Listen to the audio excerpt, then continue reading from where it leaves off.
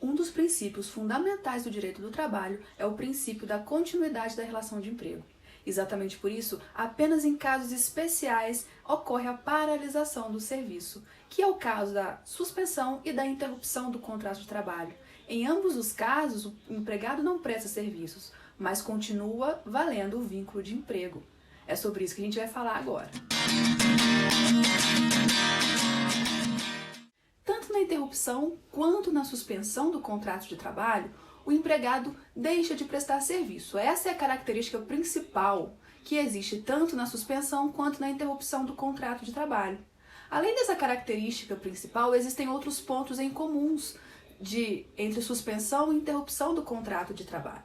A primeira delas é que o vínculo de emprego se mantém independente da prestação de serviços do empregado.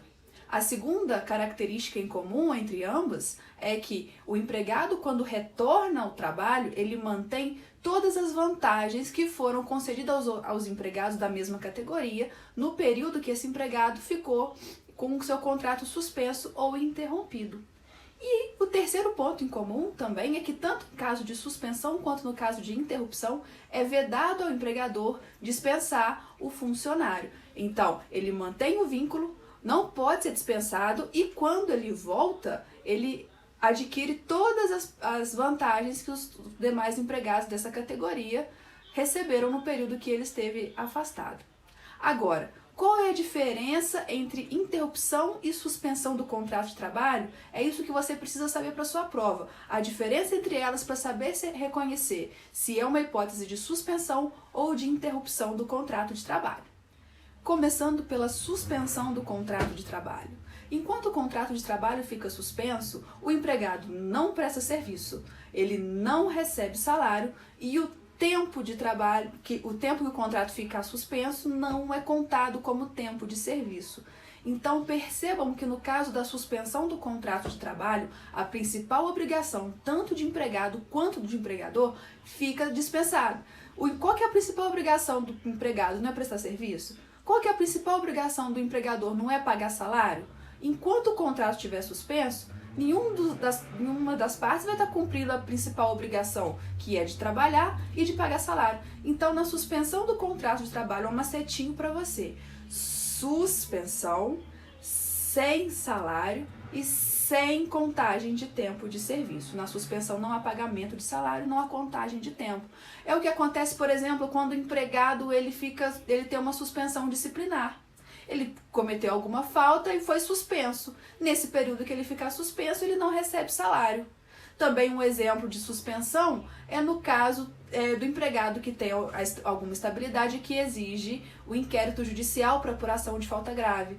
No tempo que estiver ocorrendo esse inquérito, o empregado também fica suspenso. Ele não recebe salário. É claro, senão essa punição não seria uma punição. Você imagina, você pega uma suspensão e fica em casa recebendo salário tranquilinho. Isso não é uma punição. Então, a suspensão disciplinar, a apuração, quando é um inquérito judicial para apuração de falta grave, a greve, de uma forma geral, também é hipótese de suspensão, a não ser que exista uma previsão em norma coletiva dizendo que o período de greve o empregador se obriga a pagar salário.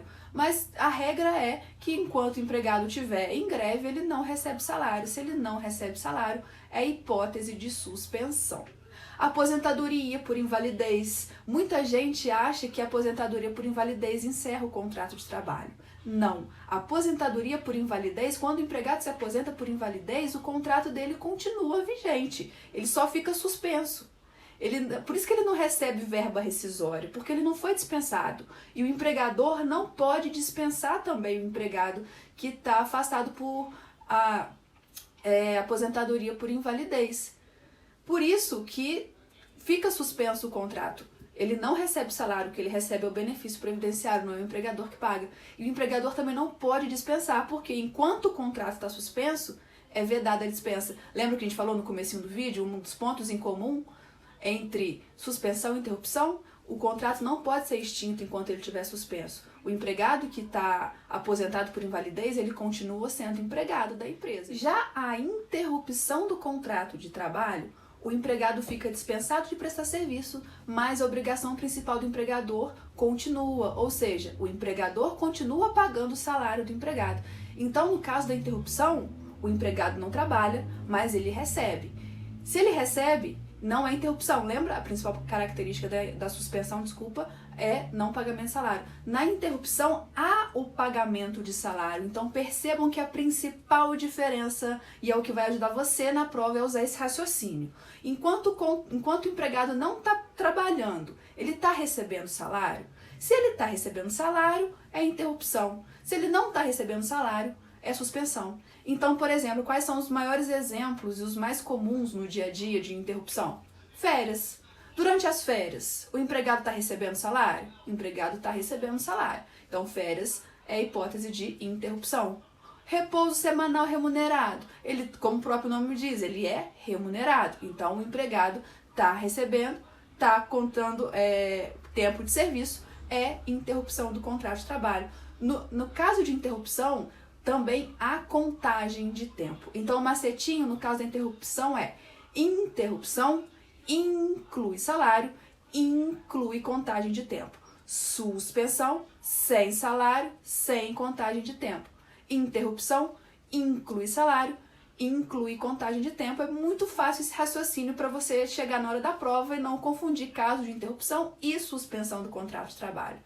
Também casos clássicos de interrupção do contrato de trabalho são aquelas hipóteses lá do artigo 473 da CLT. E eu vou deixar aqui embaixo, na descrição do vídeo, as hipóteses de suspensão e de interrupção do contrato de trabalho, para ficar mais fácil de você memorizar, para não ter que ficar falando aqui uma por uma. O artigo 473, que é no caso de luto, né, de morte de cônjuge, ascendente, descendente, irmão, 2 dias. No caso de casamento, 3 dias. Sim, é importante você saber quantos dias que tem, que são os casos de falta justificada. Falta justificada não desconta do salário, ou seja, há pagamento de salário. Interrupção, porque inclui salário. Uma novidade incluída pela reforma trabalhista que eu sugiro que você memorize é que no caso de acompanhamento de cônjuge ou companheira grávida para fazer exames médicos, também o empregado tem direito a 2 dias durante a gestação para acompanhar a sua esposa ou a sua companheira em exames médicos. Isso é importante porque foi incluído pela reforma trabalhista, então é novidade.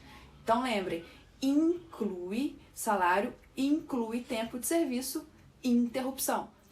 Esse raciocínio que eu ensinei para vocês, se há pagamento de salário, ele vai servir para vocês resolver quase todas as questões de prova. Mas por que quase todas? Existem algumas hipóteses em que há divergência doutrinária, que é, por exemplo, no caso de licença maternidade. A licença maternidade, a empregada se afasta, ela não presta serviço e ela continua recebendo o pagamento. Só que esse pagamento ele é pago pela empresa, mas depois há o abatimento pela Previdência Social. Então há essa divergência. O entendimento majoritário é que é caso de interrupção, porque ela continua recebendo o salário. Outro caso também que existe divergência é no caso do aborto não criminoso, em que ela tem direito a 2 semanas. A mesma coisa, é a Previdência que paga, então ela continua recebendo. O entendimento majoritário é que, também como a contagem de tempo, é a hipótese de interrupção do contrato de trabalho. No caso também que existe uma divergência, é quando ocorre acidente de trabalho ou doença ocupacional. Também existe divergência, porque, lembra comigo, nos primeiros 15 dias, quem que paga os dias? A empresa. Então é o caso de quê? Interrupção, não tem divergência. Se ele não está trabalhando e está recebendo, é caso de interrupção, porque a empresa paga os primeiros 15 dias. A partir do 16º, não é a Previdência que paga? Então, a doutrina majoritária entende que a partir do 16º dia é a hipótese de suspensão do contrato de trabalho. Mas não se preocupem com isso na primeira fase da OAB, porque como existe divergência doutrinária, eles não vão ser bestas de cobrarem isso numa prova, porque senão você pode anular a questão. Então, para uma questão dissertativa, para a segunda fase, é importante você saber. Para a primeira fase, não se preocupa, guarda só o raciocínio. Sem salário, sem contagem, suspensão. inclui pagamento, inclui tempo, interrupção. Ficou alguma dúvida? Deixa aqui nos comentários. Se você tiver sugestão de algum tema também, pode deixar aqui nos comentários. E se você ainda não se inscreveu no canal, se inscreve para não perder nenhum vídeo. O próximo vídeo é sobre as hipóteses de término do contrato de trabalho, também muito importante para quem vai fazer o OAB. Então, se você não se inscreveu, se inscreve e indica para os seus amigos que você sabe que também vai fazer a prova do OAB. Te espero nos próximos vídeos.